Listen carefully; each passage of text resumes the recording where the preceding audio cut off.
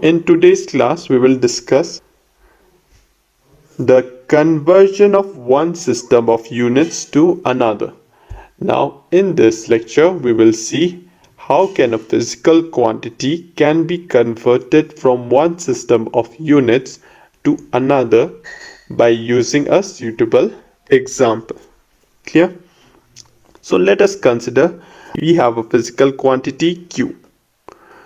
Now, in this physical quantity, n1 and n2 be the two numerical values, u1 and u2 be the two units. Clear? So I can write my physical quantity as q equals to n1 u1 equals to n2 u2. Clear? So what does this basically means?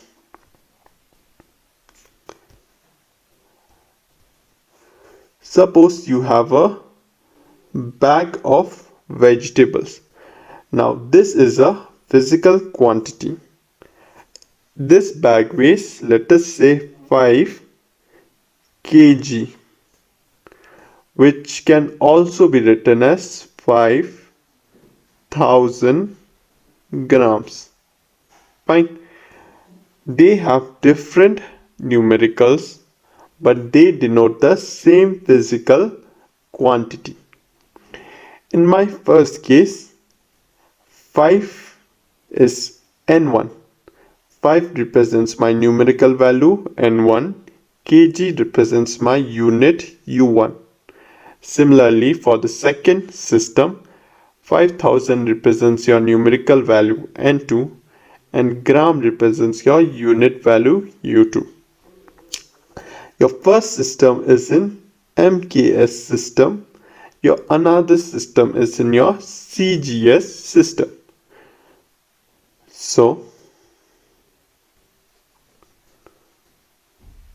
in today's class, we will see how we can go from MKS to CGS or from CGS to MKS or your various other systems. Is it clear? Our physical quantity Q can be written as N1 U1 in one system of units and N2 U2 in another system of units. Now, let M1 represents the fundamental unit of mass in one system,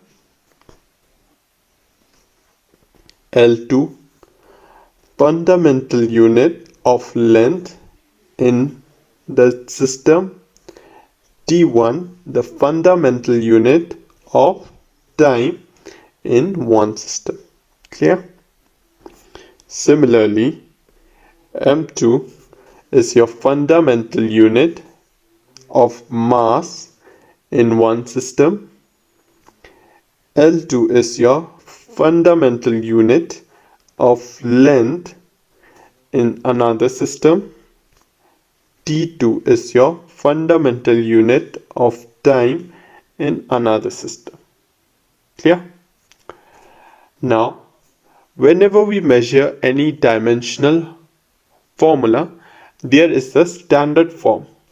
We write M, L, T, but it usually has a different power.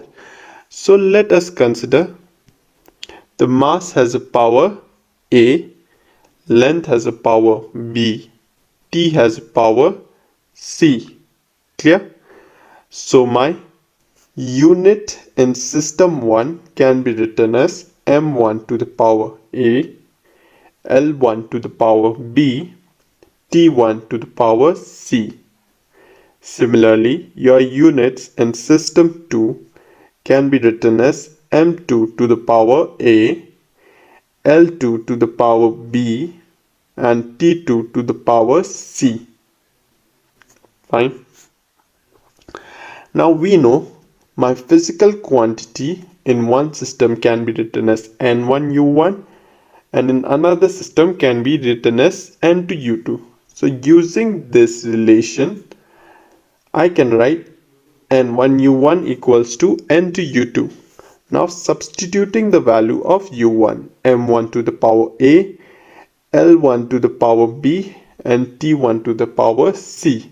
Similarly, substituting the value of U2, M2 to the power A, L2 to the power B, T2 to the power C. Fine. Now, let us exchange a position. I'll write this N2 on the left hand side. So N2 into or N2 of M2 to the power A, L2 to the power B, T2 to the power C equals to N1 of M1 to the power A, L1 to the power B, T1 to the power C. Now, I can send this term to the denominator. So what do I have? N2 equals to N1, M to the power A, L1 to the power B, T1 to the power C divided by M2 to the power A, L2 to the power B, T2 to the power C. Now, separating your fundamental quantities. So N2 equals to N1. In your first bracket, let us say M1 and M1. Now, there is a property.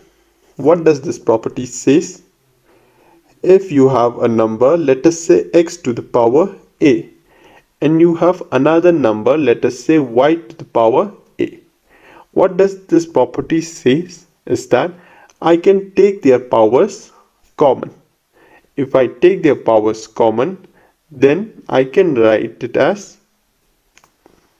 x by y whole thing bracket to the power a. Clear? Using that same concept here, m1 to the power a, m2 to the power a. Here, m1 and m2 are different units in different systems. To the power a is same. Therefore, I can write m1, m2 bracket to the power a. Similarly, L2 to the power B, L1 to the power B divided by L2 to the power B. They have the same power, so I will write them inside the square brackets L1 by L2 to the power B. Similarly, T1 to the power C divided by T2 to the power C has the same unit, so I can write them inside the bracket T1 divided by T2 to the power C. Clear? So that's it for today's class. Thank you.